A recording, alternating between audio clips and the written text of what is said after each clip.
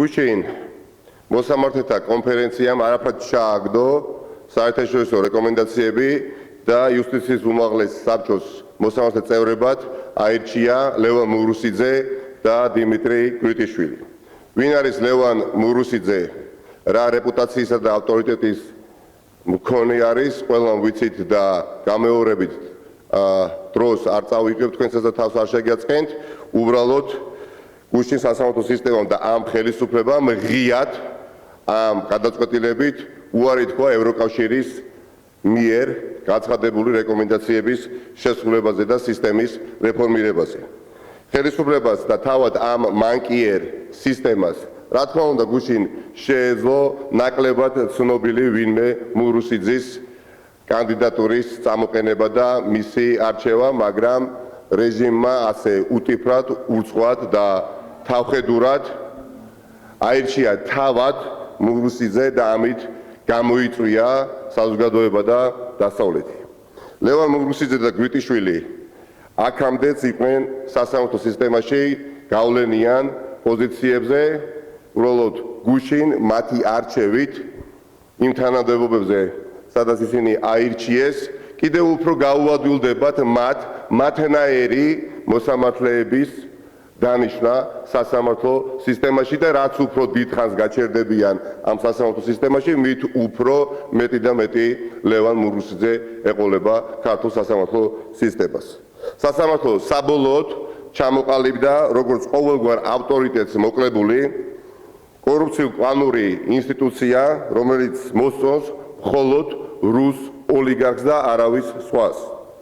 სოსო გოგაშვილი, რომელიც გახდა ამ ხელისუფლების საყრდენი ბურჯი წლების განმავლობაში, სწორედ მურუსიძესა და ჩინჩალაძეს ასახელებს პირადად ივანიშვილთან გარიგებულ მოსამართლეებად, რომელთანაც სუსი მუდმივად კოორდინაციაში უნდა ყოფილიყო ოცნების სასარგებლოდ დავალების გადასაწყვეტად.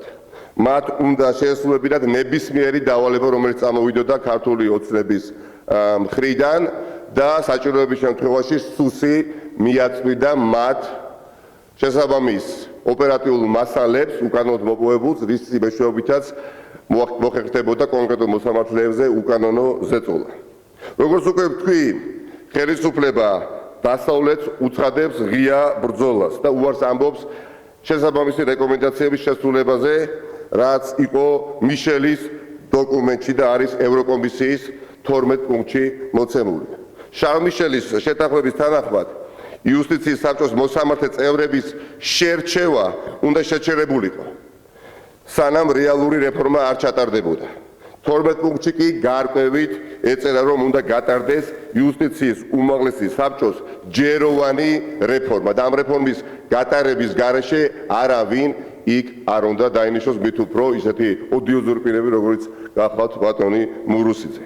აბსოლუტურად ყველა ელჩი მოუწოდებდა ხელისუფლებას შეჩერებულიყო საბჭოს მოსამართლე წევრების დანიშვნა რეფორმების ჩატარებამდე და რით უპასუხა რუსულმა ოცნებამ. 2021 წლის ბოლოს, ახალი წლის დღეებში, ვენეციის კომისიის რეკომენდაციის უგუობაყოფით საერთო სასამართლოების შესახებ კანონში დაჩქარებული წესით შეიტანა ცვლილებები, რომ საბჭოს ყოფილი წევრების ხელახალი არჩევა შესაძლებელი გამხდარიყო. 2022 წელს კი ევროკავშირის რეკომენდაციების მიღებიდან ზუსტად 10 დღეში ხელისუფლება ხელმეორედ ირჩევს ჩინჩალაძეს სააპელაციო სასამართლოს თავმჯდომარედ მეორე ვადით. ამ ყველაფრის პარალელურად ოლიგარქის სასამართლო კვლავ წარმატებით ახორციელებს პოლიტიკურ მარსაჯულებას და მიხეილ სააკაშვილის დატყვევების შემდეგ უკვე ნიკა გვარამიას ატყვევებენ. მთელი დასავლეთი საუბრობს ჩვენ სასამართლოში არსებულ უმძიმეს ვითარებაზე. რუსული ოცნება კი აცხადებს, რომ სასამართლო დამოუკიდებელია და რეფორმებს არანაირად საჭიროებს და გუშინ ბატონმა მურუსიძემ განაცხადა, რომ თუ კი ბრძოლა გინდათ, აგერვა და მებრძოლეთო. განუცხადა ეს ღიად, როგორც ადგილობრივ, ასევე საერთაშორისო საზოგადოებას. გუშინ მომხდარი ფაქტი ცხადყობს, რომ ეს ხელისუფლება პრინციპულად არ აპირებს ევროკომისიის რეკომენდაციების შესრულებას. მეტიც, მათი ქმედებიდან ცალსახად იკვეთება, რომ ისინი ყველაფერს აკეთებენ სწორედ იმისთვის, რომ ახდეს რუსული ოცნება და საქართველო არ გახდეს ევროკავშირის წევრი სახელმწიფო.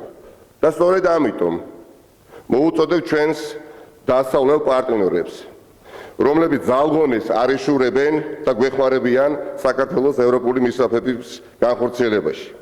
მოახდინონ დროული რეაგირება და შესაბამისი შეფასება მისცენ ამ ფაქტებს.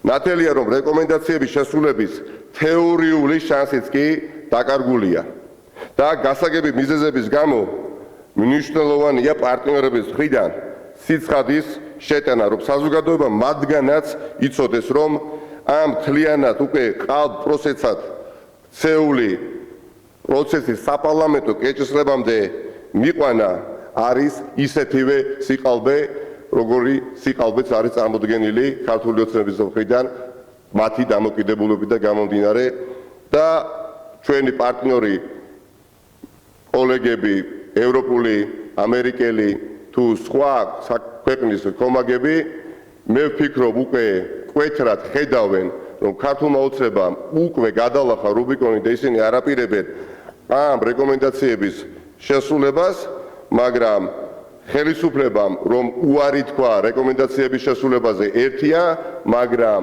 ჩვენ, მათ შორის საერთაშორისო საზოგადოება ჯერ კიდევ ღიად დეკლარირებულად არ საუბრობთ უარის თქმაზე, რომელიც გაცხადებულია რუსული ოცნების მხრიდან, მიმაჩნია არც თუ ისე უმნიშვნელო ნაკლოვანებად, ამიტომაც ჩემი თხოვნა იქნება, ჩემი მოწოდება იქნება კოლეგების მიმართ საზოგადოებრივ, რომ მათ ღიად ისაუბრონ ამ ნაკლოვანებებზე. დიდი მადლობა.